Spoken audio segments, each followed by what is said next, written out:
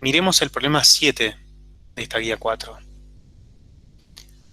¿Qué energía almacena un capacitor de 10.000 microfaradios cuando se conecta a una fuente de 300 voltios? ¿De dónde provienen las expresiones para el cálculo de la energía? De nuevo, ¿qué energía almacena un capacitor de 10.000 microfaradios cuando se conecta a una fuente de 300 voltios? Entonces, sabemos que un capacitor es un sistema formado por dos conductores aislados que funcionan como dos superficies conductoras aisladas, y sabemos que cada una de ellas, por ser conductoras, tiene potencial constante. Acuérdense que los materiales conductores son equipotenciales. Por lo tanto, la energía potencial almacenada por el sistema la podemos encontrar con esta expresión, que ustedes recordarán que vimos en la primera clase de potencial. La energía potencial va a ser un medio de ¿quién? De la integral de V por diferencial de Q, donde V es el potencial en el punto donde está Q, debido a todas las otras cargas del sistema. En nuestro caso, si no tenemos más que estas dos superficies conductoras aisladas, una con carga Q y la otra con carga menos Q, sabemos que por ser superficies conductoras tienen el mismo potencial, cada una, digo, ¿no? Una tiene un potencial y la otra tiene otro potencial, pero en toda la superficie, sea como sea la superficie, sea esférica, sea cilíndrica, sea de cualquier forma. Entonces, la energía potencial, como tenemos en nuestro caso dos conductores, que puede ser dos placas plano paralelas, una esfera dentro de otra, dos superficies esféricas concéntricas, dos cilindros coaxiales o dos materiales conductores, uno en un lado y otro en otro, aislados. Como el material conductor es equipotencial, entonces en todo punto donde esté esta carga, el potencial es el mismo. Por lo tanto, lo que vamos a poder hacer es para una de las superficies sacar el potencial afuera, porque para todas las cargas tienen el mismo potencial. De manera tal que esto va a ser igual a la carga en la superficie 1. Lo mismo para la otra superficie. Esto va a ser la carga en la superficie 2, donde el potencial es V2. De manera tal que la energía potencial del sistema va a ser un medio de V1 por Q1 más un medio de V2 por Q2. Esto es para dos materiales conductores aislados con potenciales V1 y V2, este a V1 y este a V2, y cargas Q1 y Q2. Pero si ahora decimos que en cada superficie depositamos cargas iguales, es decir, Q1 es igual a más Q y Q2 es igual a menos Q, entonces aquí ponemos Q1 y aquí ponemos Q2, y fíjense que nos queda esta expresión. U es igual a un medio de Q por V1 menos V2, es decir, un medio de Q por delta de V. Entonces la energía potencial de un par de placas conductoras, o de un par de conductores aislados con cargas Q y menos Q, es igual a un medio de Q por delta de V. Ahora, U, que es la energía potencial del sistema, insisto, ¿de qué sistema? Dos conductores aislados con cargas Q y menos Q. Es un medio de Q por delta V, pero sabiendo la relación entre QC y V, o QC y delta V, ¿qué sabemos? Sabemos que, por ejemplo, Q es igual a C por delta V. Reemplazo acá y me queda C por delta V al cuadrado. Entonces esta otra expresión de la energía potencial en términos de la capacitancia y el potencial. Yo digo potencial es la diferencia de potencial entre las placas, ¿no? Siempre estamos hablando de lo mismo. Y aquí sacamos delta de B. ¿Cómo? Nos sacamos delta de B encima, porque sabemos que delta de B es Q sobre C. Entonces queda un medio de Q cuadrado sobre C. Esta es la energía potencial de cualquier capacitor. La energía potencial que almacena cualquier capacitor es un medio de Q cuadrado sobre C, un medio de C por delta B al cuadrado, un medio de Q por B. Esta es la energía almacenada ¿por quién? Por un capacitor, es decir, un par de materiales conductores aislados entre ellos, uno con carga Q y el otro con carga menos Q, y vemos que la energía depende de la carga, de la diferencia de potencial y de la capacitancia. ¿Mm?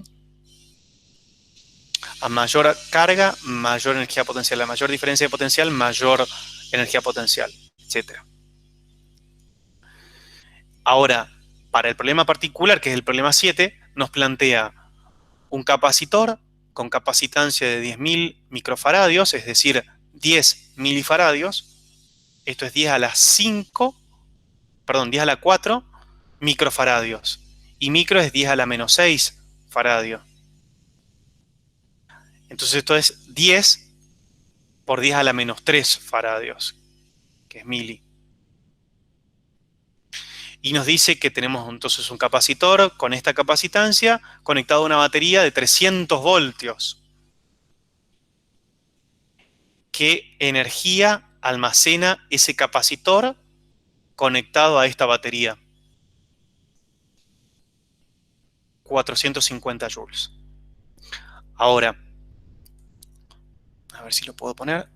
Denme un minuto que había cerrado la imagen. Creo que es esta.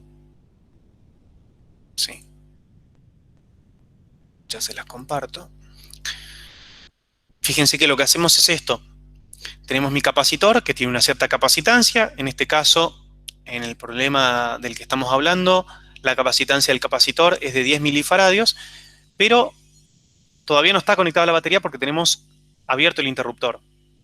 Cuando lo cerramos, dejamos pasar un cierto tiempo y en la fase estacionaria, es decir, cuando se termina de cargar el capacitor, es decir, cuando la diferencia de potencial entre las placas es la misma que entre los bornes de la batería, decimos que el capacitor está completamente cargado y podemos volver a abrir el interruptor porque la diferencia de potencial va a ser la misma que la que tenía inicialmente la batería antes de cerrar el interruptor acá. En este caso, 300 voltios. Entonces, lo que yo hago es, tengo acá una diferencia de potencial de 300 voltios entre los bornes. La capacitancia en mi problema es de 10 milifaradios. Cierro el interruptor, dejo que se cargue el capacitor y lo vuelvo a abrir. Ya en el capacitor queda almacenada energía potencial. ¿Cuánto en este caso? 450 joules. Entonces, un capacitor es un dispositivo que nos permite almacenar carga, almacenar energía. Y como vieron en las clases de teoría con Ariel, esa energía podemos decir que se almacena en el campo eléctrico que existe en el medio. ¿Vieron densidad de energía potencial con Ariel? ¿O no todavía? Me retiré antes de que termine, no sé si llegó a eso. ¿Los que estuvieron en clase de teoría? ¿Cómo dijo? ¿Densidad de energía potencial? Densidad de energía potencial, efectivamente. No, que me acuerdo. Bueno, en todo caso después hablo con Ariel y vemos de revisarlo. Dice Lautaro que sí. Exactamente, U chiquita, la densidad de energía, que es la Ah, energía sí, por me unidad de acuerdo. volumen. Sí. Estamos hablando de esta energía, que serían estos 450 joules en nuestro caso, es la energía almacenada en el capacitor como un todo. Pero nosotros podemos entender que esta energía es el trabajo que se necesitó para generar este campo eléctrico. Porque acá no había campo eléctrico y acá sí hay campo eléctrico. Para eso se realizó un cierto trabajo para que se carguen las placas, pero también esto se puede entender como un trabajo para que se genere el campo eléctrico. Por lo tanto, podríamos entender que esa energía, los 450 joules en nuestro caso, están almacenados en este campo eléctrico. En este caso, este campo eléctrico es uniforme, entonces es bastante sencillo de hacer el cálculo. Uno puede decir, bueno, en el caso de placas plano paralelas, uno va a las expresiones, por ejemplo, de delta dB, que es igual a E por D, ¿sí? Es el campo eléctrico entre las placas que es constante por la distancia que los separa. Y Q es igual a sigma por A. Sigma es la densidad de carga entre las placas.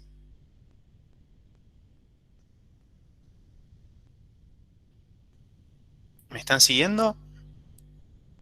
Más o menos. En Sí, todo sí. caso, después los vemos porque no tengo una presentación donde tengan las expresiones. Pero si yo divido a la energía, acá lo que quiero decir es, en este segundo miembro me van a aparecer tanto el área, si estamos hablando de placas plano paralelas, el área de las placas como la distancia de separación. Y área por distancia, en placas plano paralelas, si yo multiplico área por la distancia, es el volumen encerrado acá en el medio. Entonces, si yo divido energía potencial por volumen, me va a quedar una expresión que depende exclusivamente del campo eléctrico. Y a eso es lo que, como decía uno de ustedes recién, lo llamo U chiquita o minúscula, que es la densidad de energía eléctrica. Perdón, densidad de energía potencial, que es la densidad de energía potencial relacionada con el campo eléctrico. Podemos decir que donde hay campo eléctrico hay energía potencial almacenada. Y esto es súper importante porque vamos a ver que pasa algo semejante cuando hay campos magnéticos, y esto es aún más importante en el electromagnetismo cuando veamos fenómenos que mezclan, podríamos decir, electricidad con magnetismo. Avancemos un problema más y vamos a las consultas y ya cerramos por hoy. En el problema 8 se nos indica que se conectan en serie dos condensadores, dos capacitores de capacidades 2.4 milifaradios y 3.1 milifaradios. Tengo dos capacitores. Fíjense que no me dice qué tipo de condensadores, o sea que uno puede ser de placas plano paralelas, el otro puede ser cilíndrico, de la forma que sea, porque ya me dice las capacidades de uno y del otro. Un capacitor tiene una capacidad de 2,4 milifaradios y el otro condensador tiene una capacitancia de 3.1 milifaradios. El conjunto, que está conectado en serie, ahora vamos a ver, vamos a recordar que era que un sistema esté conectado en serie, o dos elementos estén conectados en serie. Este conjunto se carga con una batería de 6.1 voltios. La primera pregunta que se me hace es, ¿cuál es la capacidad equivalente del sistema?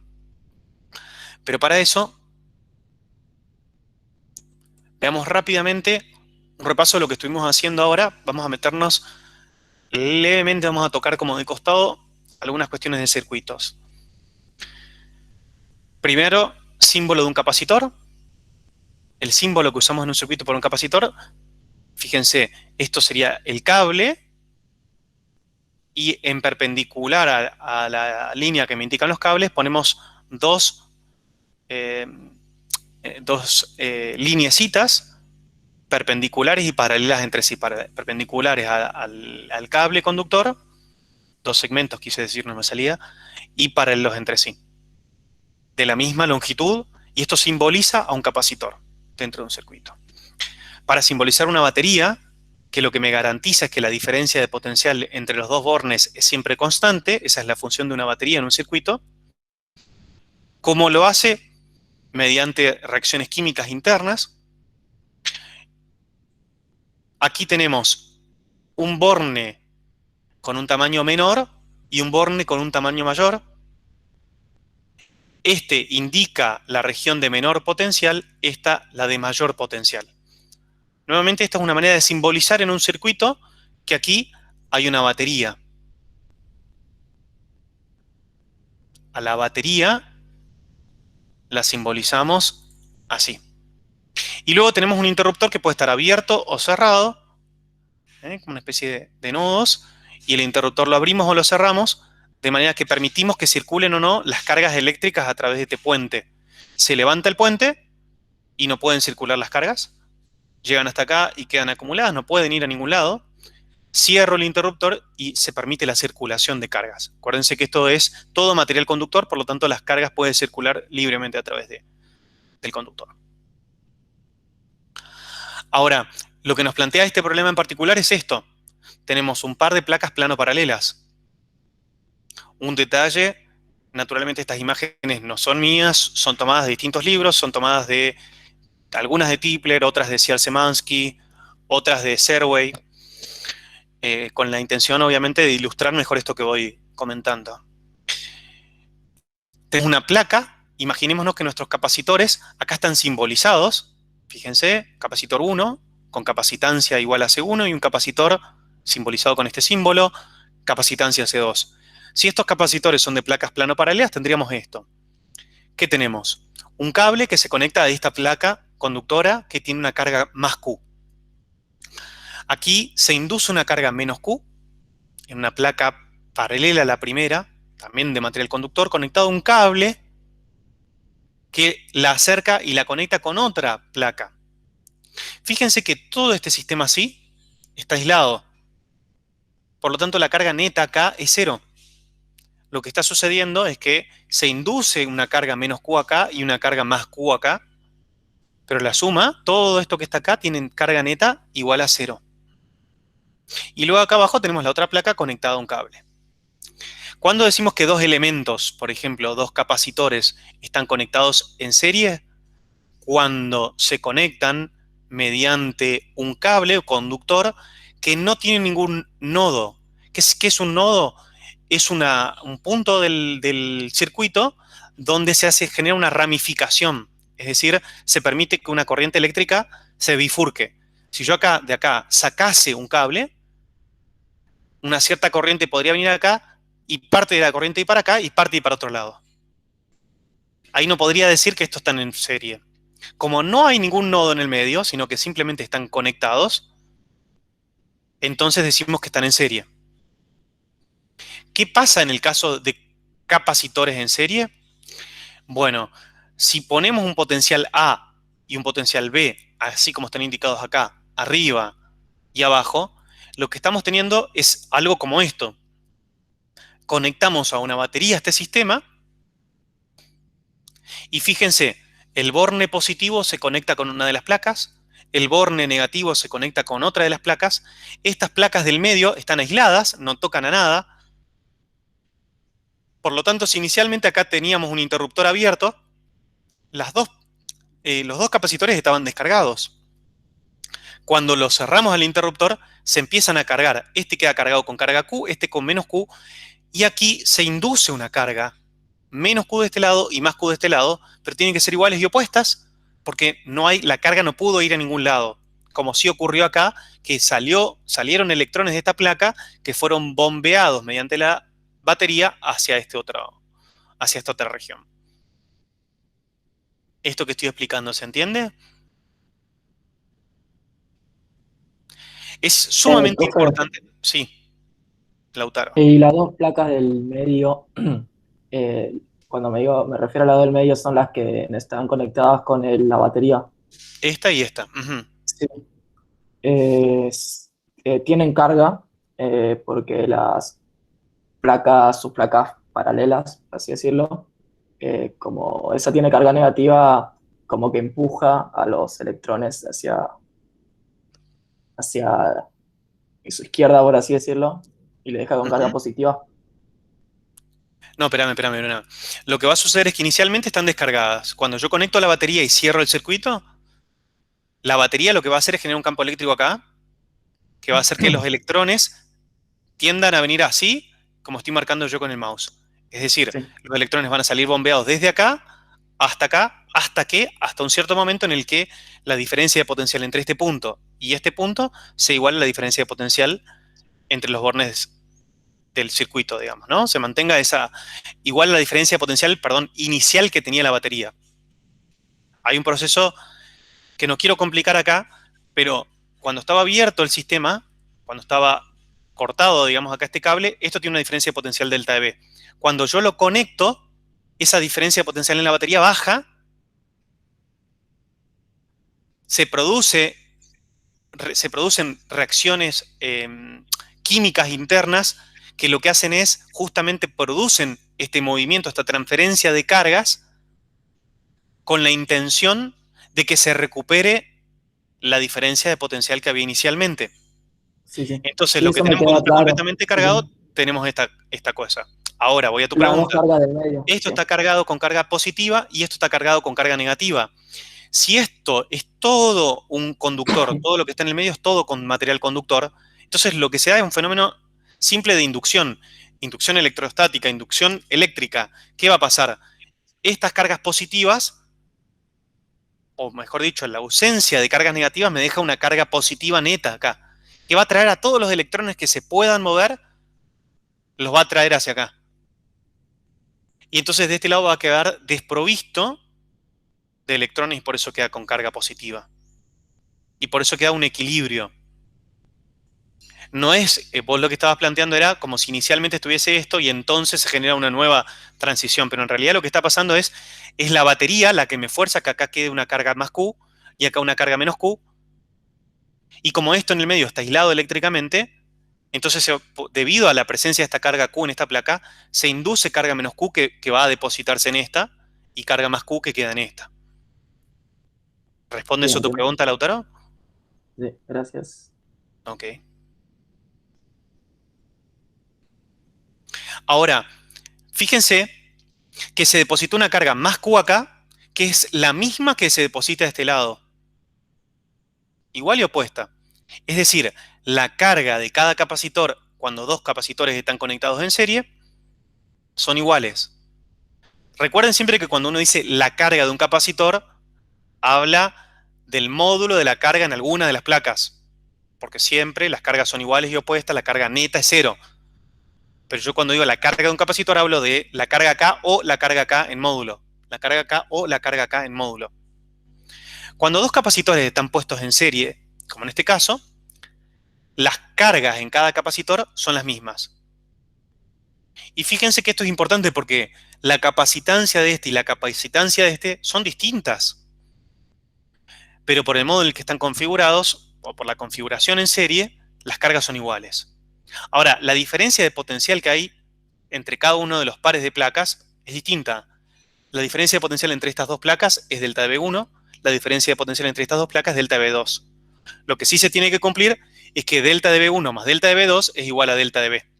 Porque el salto de potencial acá más el salto de potencial acá me tiene que dar el salto de potencial total. ¿Por qué es esto? Porque en un conductor el potencial es constante. Entonces supongamos que todo esto está potencial 0. O podemos ir al revés para evitar confusiones. Supongamos que esto está todo potencial 0. 0, 0, 0, 0, 0, 0, 0. Y acá se genera un salto de potencial. Aumenta el potencial. Entonces todo esto sigue siendo un material conductor, tiene el mismo potencial que esta placa. Todo, incluso esta placa, el mismo potencial. Pero acá se produce un salto de potencial otra vez. Y después de esta placa hasta este borne tengo el mismo potencial. Y acá cae. Entonces lo que subió acá y acá tiene que bajar acá.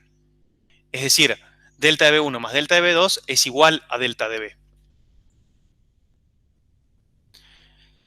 Entonces, como les decía recién, Q1 y Q2, las cargas depositadas en cada uno de los capacitores son iguales y son iguales a Q.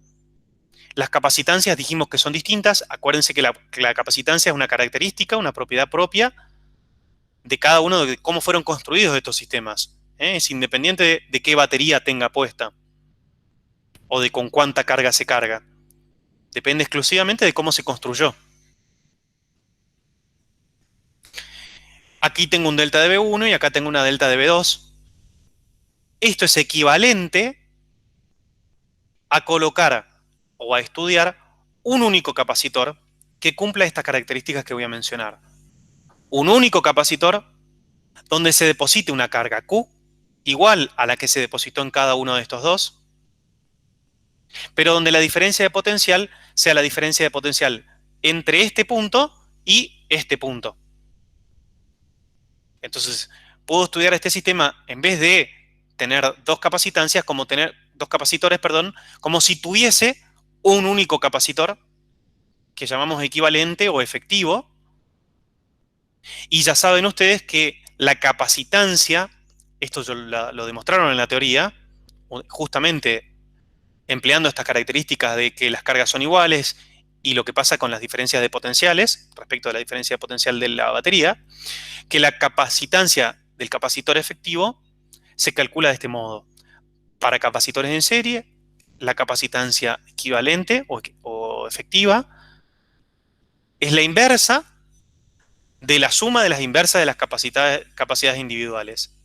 Dicho de otro modo, la inversa de la capacidad equivalente es igual a la suma de las inversas de las capacidades individuales. Aplicando esta fórmula, si tuviese 3 capacitores en serie, debería acá sumar 1 más C3, etc.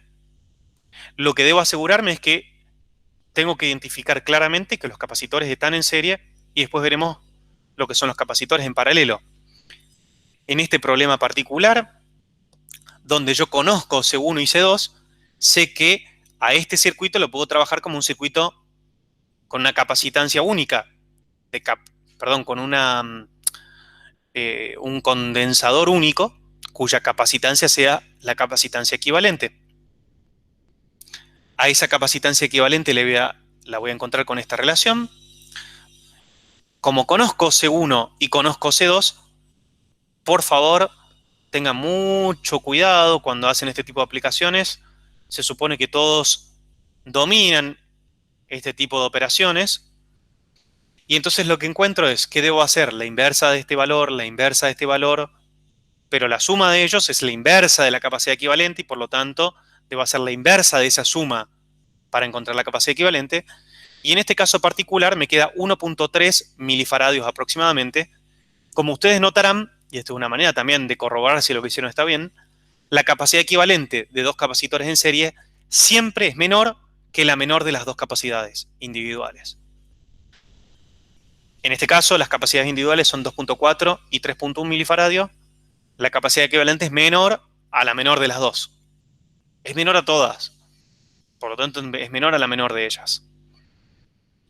En cambio, una capacitancia equivalente de capacitores en paralelo, van a ver que siempre esa capacitancia es mayor a la mayor de todas. El problema o el ítem B me preguntaba qué carga tiene cada condensador. Sabemos que si están conectadas en serie, las cargas son iguales. ¿Cómo encontramos esa carga? Bueno, habíamos dicho, mirando este esquema, que la carga que se deposita en el capacitor equivalente es la misma que se deposita en cada uno individualmente. Por lo tanto, encontrando la carga depositada en el capacitor equivalente, encontrando la carga depositada en el capacitor equivalente, encontramos la carga que se deposita en cada uno de los capacitores individuales originarios. Entonces, sabiendo que C equivalente es Q equivalente sobre delta B, vemos que la carga equivalente es igual a este producto, donde la capacitancia equivalente la acabamos de encontrar y la diferencia de potencial es la de la batería con la que se cargaron. Por tanto, la carga de cada capacitor es 8.25 milicoulomb. Les pregunto yo, ¿cuánto vale? Vamos a esta imagen. ¿Cuánto vale la carga entonces depositada en módulo en cada uno de estos, en cada una de estas placas, si quieren? En cada uno de estos conductores. ¿Cuánto era el valor? No lo vi. 8.25 milicoulomb. Ahora, ¿qué pasa acá? ¿Cuánto vale la carga acá y cuánto valdría entonces la carga acá?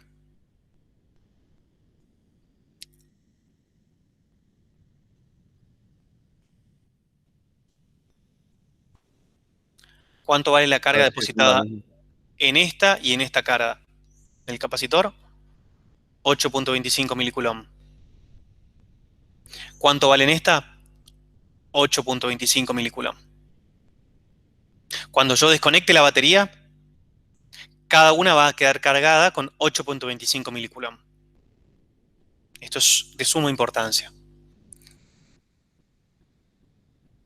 Por estar en serie, las cargas en los capacitores son las mismas y Q1 es igual a Q2, que es igual a Q equivalente, que dijimos que era aproximadamente 8.25 milicoulomb. Siguiente ítem. Calcular la DDP, que es la diferencia de potencial de cada condensador, es decir, la diferencia de potencial entre cada placa o entre cada par de conductores. Como conozco C1 y conozco C2 y ahora ya conozco las cargas, puedo conocer cuánto vale delta de B1 y cuánto vale delta de B2. Porque sé que las cargas eran iguales a la carga del capacitor equivalente. Entonces, con estas relaciones, C1, C2 eran datos, Q1 y Q2 lo acabo de encontrar, encuentro delta de B1 y delta de B2. Opero, y fíjense que delta de B1 me da 3.44 voltios y delta de B2 me da 2.66 voltios. Sumo ambos. ¿Cuánto me da?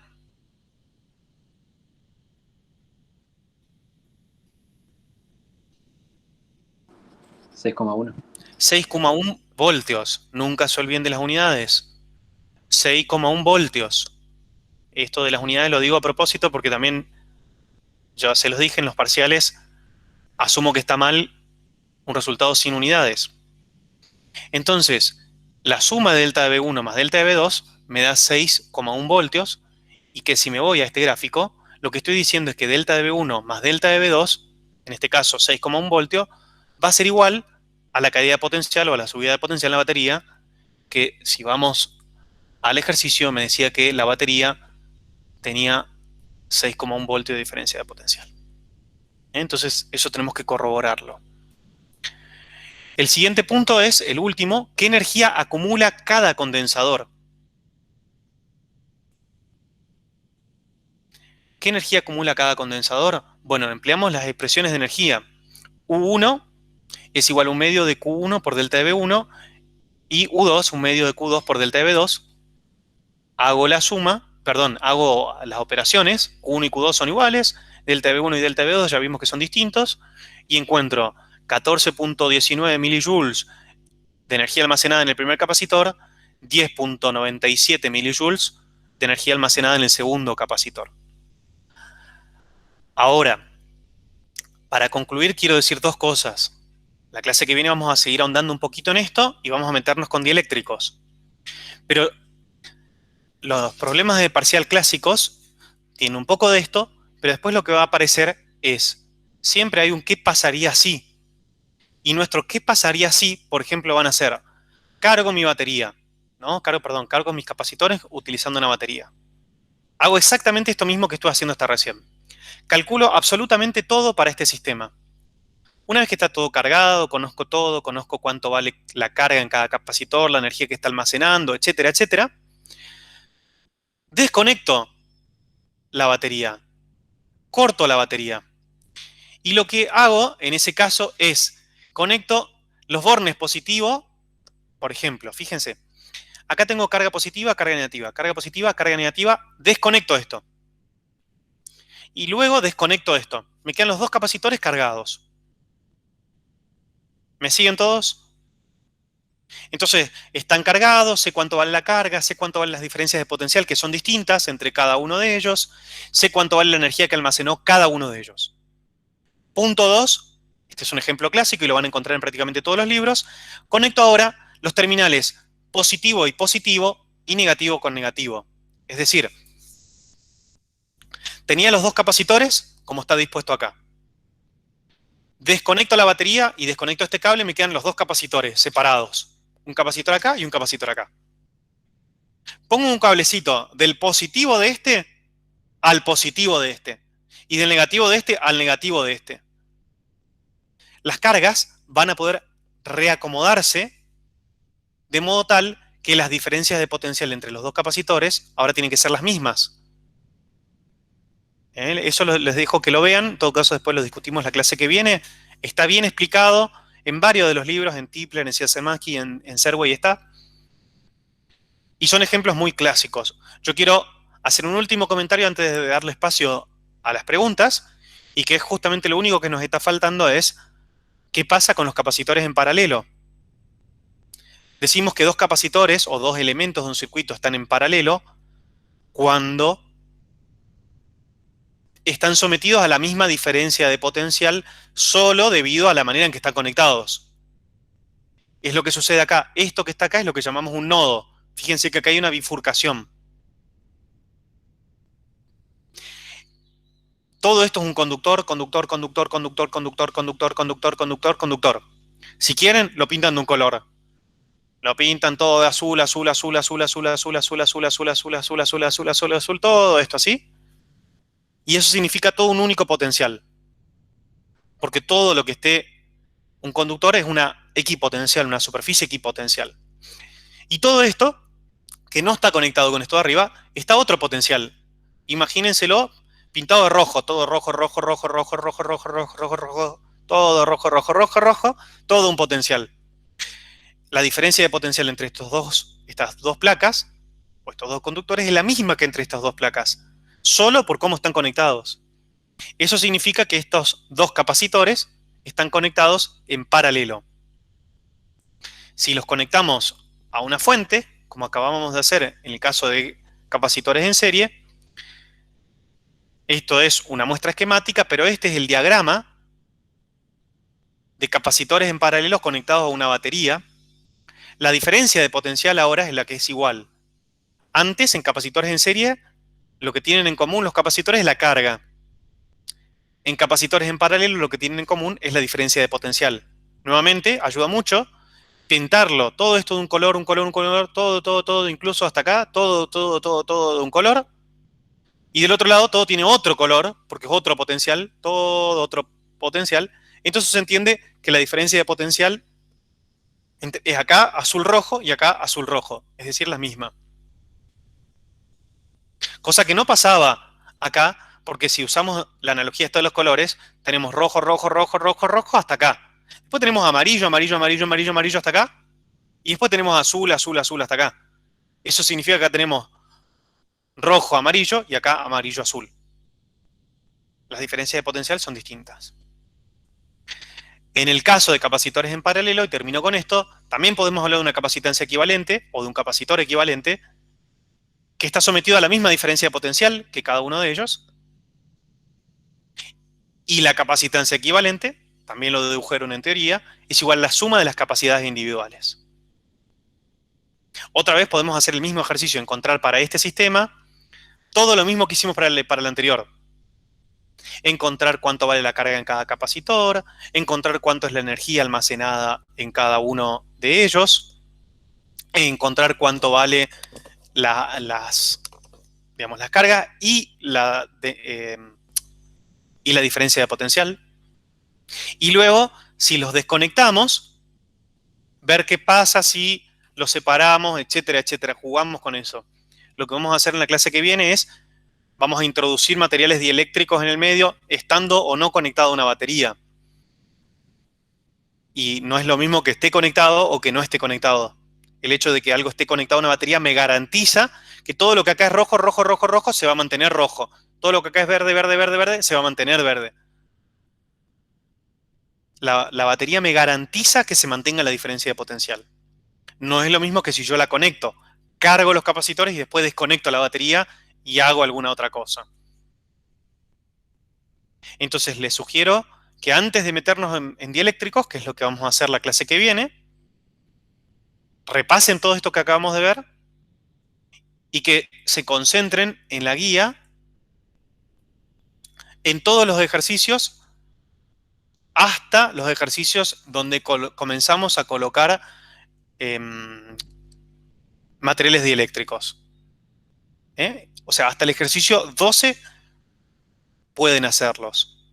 Con toda esta información que les di, con todo este material y lo que vieron en las clases de teoría. Nosotros nos vamos a concentrar en lo que sigue, digamos, hasta terminar.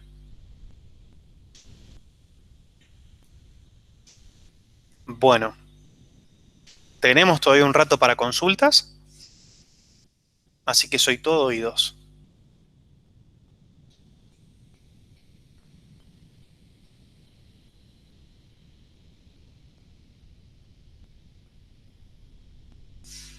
Había dicho, profe, que en los capacitores paralelos la capacitancia equivalente sería siempre mayor a la mayor de las capacitancias sumadas, ¿no? Efectivamente, si C1 tiene un valor, digamos, de 10 microfaradios y C2 de 20 microfaradios, la capacidad equivalente va a ser la suma y por lo tanto siempre va a ser la mayor de todas más algo. Por lo tanto va a ser siempre mayor a la mayor de ellas. Claro, sí la Sí. anoté antes de ver esa y realmente ahí se ve, es bastante. O sea, se intuye que es eso. Claro, vos tenés siempre la suma de capacitancias, entonces tomás la mayor, la que sea, y si a esa le sumás algo, el número final siempre va a ser mayor. El mismo análisis se puede hacer para los capacitores en serie. A la inversa, ¿no? O sea, la capacitancia equivalente es menor a la menor de las capacitancias individuales.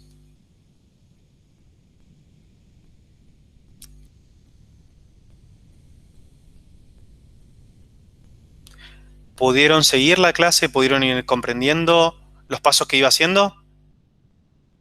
Más allá de que uno termina de entender siempre cuando se encuentra con los ejercicios, pero me interesa saber si pudieron seguir los pasos a pasos que hice.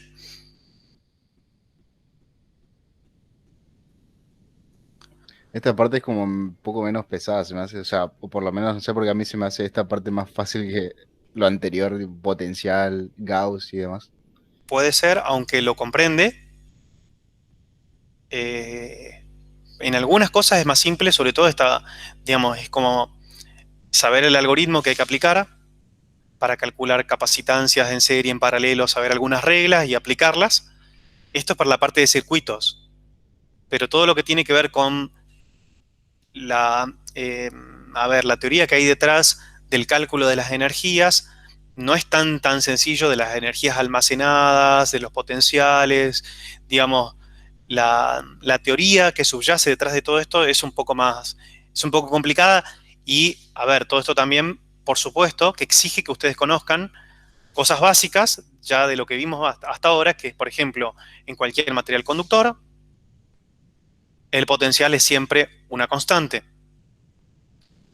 Y después empleamos, ¿no? O sea, le sacamos jugo a las consecuencias de esto.